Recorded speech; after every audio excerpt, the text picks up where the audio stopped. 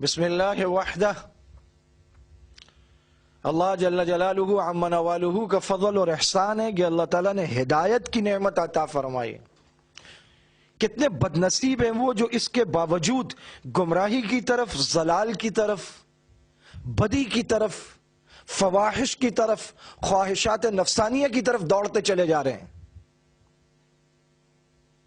افرأیت من اتخذ الہہ ہواہ، اللہ تعالیٰ فرماتے ہیں آپ نے دیکھا اسے جس نے خواہشات نفسانی کو اپنا خدا بنا رکھا ہے۔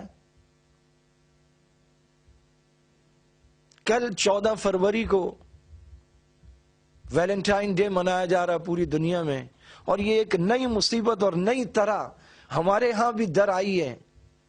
یہاں پر بھی غبارے لگ رہے ہیں، یہاں پر بھی تحفے تحائف بھیجے جا رہے ہیں۔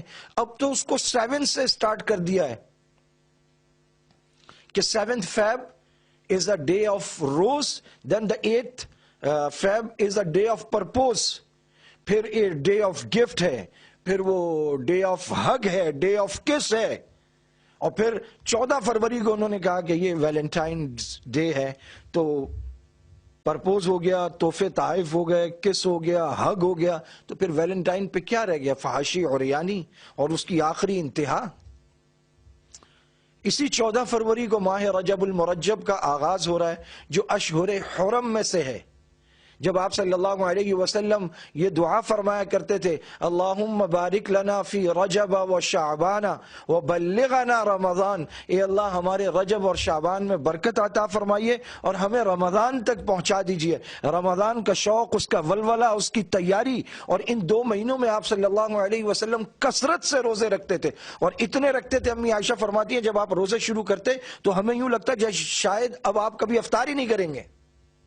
مسلمانوں کو یہ نہیں پتا یہ اشہر حرم ہے، اور اشہر حرم، حرمت والے مہینے کیا ہوتے ہیں، ان کے احکامات کیا ہیں۔ یہ رمضان کی تیاری شروع کرنی ہے، یہ وہ موقع ہے جب رمضان کے لیے ابھی سے بیج ڈالنا ہے، اس کے لیے زمین کو تیار کرنا ہے، اس کے لیے ابھی سے توبہ طائب ہونا ہے، گناہوں کو چھوڑنا ہے، رمضان کے لیے آگے بڑھنا ہے، تاکہ رمضان کی زیادہ سے زیادہ برکتیں سمیٹ سکیں امت مسلمہ اور اس کی نوجوان نسل، جس پہ پورا مستقبل کھڑا ہے امت مسلمہ کا۔ اسے یہ سب نہیں پتا، لیکن امت مسلمہ کو یہ پتا ہے کہ 7th Feb کو روز کا ڈے ہے، اور پھر 8 فروری کو پرپوز ڈے ہے۔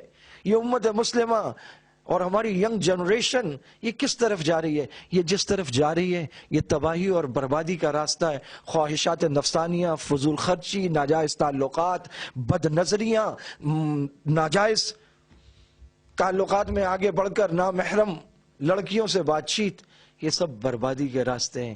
آگ لگی ہوئی ہے ہر طرف۔ ابھی رات زلزلے کے جھٹکے آئے اور کئی شہروں میں آئے، یہ تنبیہ کے لیے آتے ہیں۔ اگر اس کے باوجود کوئی باز نہیں آتا تو پھر اللہ رب العزت پکڑ کر لیتے ہیں۔ وَكَأَيٍّ مِّن قَرْيَةٍ، کتنی ایسی بستیاں ہیں تم سے پہلے جو ہم نے ہلاک کر دی۔ یہ ہلاکتیں تبھی آتی ہیں جب انسان عیش میں، مستی میں ڈوب جاتا ہے۔